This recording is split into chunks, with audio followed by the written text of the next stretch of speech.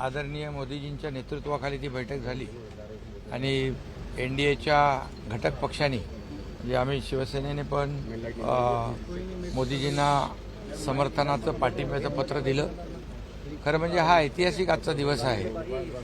आमची तसं बघायला गेलं तर शिवसेना आणि म्हणजे बाळासाहेबांच्या विचारांची शिवसेना आणि भारतीय जनता पक्ष ही वैचारिक जी काही आमची युती गेल्या अनेक वर्षाची आहे आणि त्यामुळे एक समान विचारधारा असलेले दोन्ही पक्ष आहेत.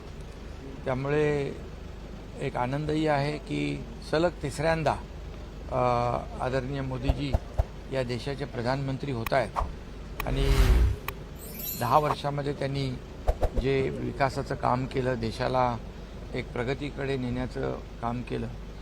आता येणारे 5 वर्ष जे आहेत या 5 वर्षामध्ये देखील देशाला एक वेगळ्या उंचीवर नेण्याचं काम किंवा देशाला आर्थिक महासत्ता बनवण्याचं काम मोदीजी नक्की करतील.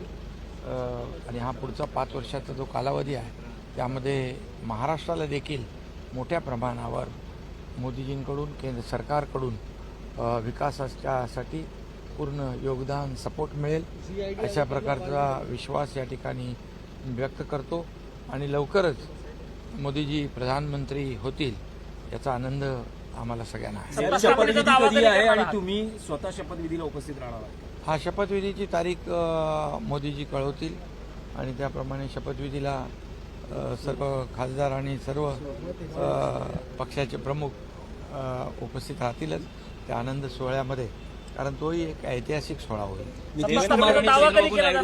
समर्थनाचं पत्र दिलं. हा, त्यांनी पत्र दिलं, शिवसेनेने पत्र दिलं, सर्व घटक पक्षांनी आज पाठिंबा दिला आणि सगळ्यांनी सह्या देखील केल्या.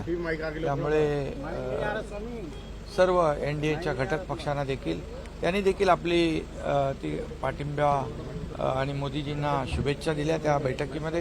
हे अतिशय चांगली बैठक खेळीमेळीच्या वातावरणामध्ये झाली. चर्चा झाली आहे, बोलणं झालं. त्यांना आम्ही सांगितलं की आपण एक टीम म्हणून काम करतो, त्यामुळे एका निवडणुकीमध्ये कमी जास्त यश अपयश मिळालं याचा अर्थ आपण ही सगळ्यांची सामूहिक जबाबदारी आहे. त्यामुळे पराभवाने खचून जाणारे कार्यकर्ते आम्ही नाही.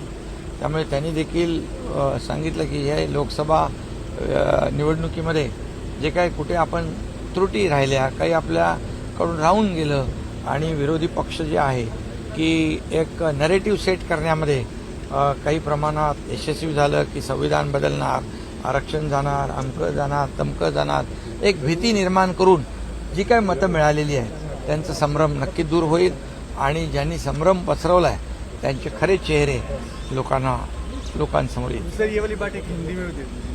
और आणि म्हणून त्यांना सांगितलं एक आपण टीमवर्क म्हणून काम केलंय, टीमवर्क म्हणून आपण यापुढे देखील आपण काम करणार आहोत.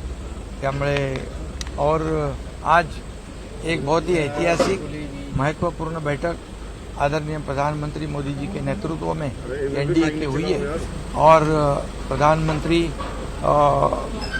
तीसरी बार मोदी जी हो रहे, ये हमें सभी NDA के घटक पक्ष को खुशी की बात है. हमारे लिए तो बहुत ज़्यादा खुशी की बात है क्योंकि हमारी सेम विचारधारा है, एक ही विचारधारा वाली दो पार्टी BJP शिवसेना, और शिवसेना ने भी उनको पूरा समर्थन दिया है. और निश्चित रूप से 10 साल तो विकास के काम हुए, इस बलबूते पे लोगों ने फिर एक बार NDA को मेजॉरिटी दी हुई है. कई लोग चाहते थे, सपना देखते थे, लेकिन उनका सपना ही रह गया और मोदी जी फिर प्रधानमंत्री बन रहे, ये हमारे लिए खुशी की बात है. और इसलिए उनको 10 साल जो काम किया है और आज अभी और शपथविधि होने के बाद फिर वो देश का नेतृत्व करेंगे और 5 साल और मिलेंगे तो 5 साल में इस देश को एक नया आयाम दिया जाएगा, एक अर्थव्यवस्था मजबूत की जाएगी और पूरे दुनिया में भारत देश का नाम रोशन होगा और महासत्ता बनाने का जो सपना है मोदी जी का वो भी पूरा होगा. शिवसेनेच्या वतीने खासदार कोणी शपथ घेणार का? पहिला हे तर होऊ द्या मोदीजींचा शपथविधी. पहिला मोदीजींचा शपथविधी हा आम्हाला महत्वाचा आहे. हे प्रधानमंत्री होणं हे सगळ्यात आम्हाला महत्वाचं आहे. पण शपथविधीमध्ये शिवसेनेचे खासदार असतील.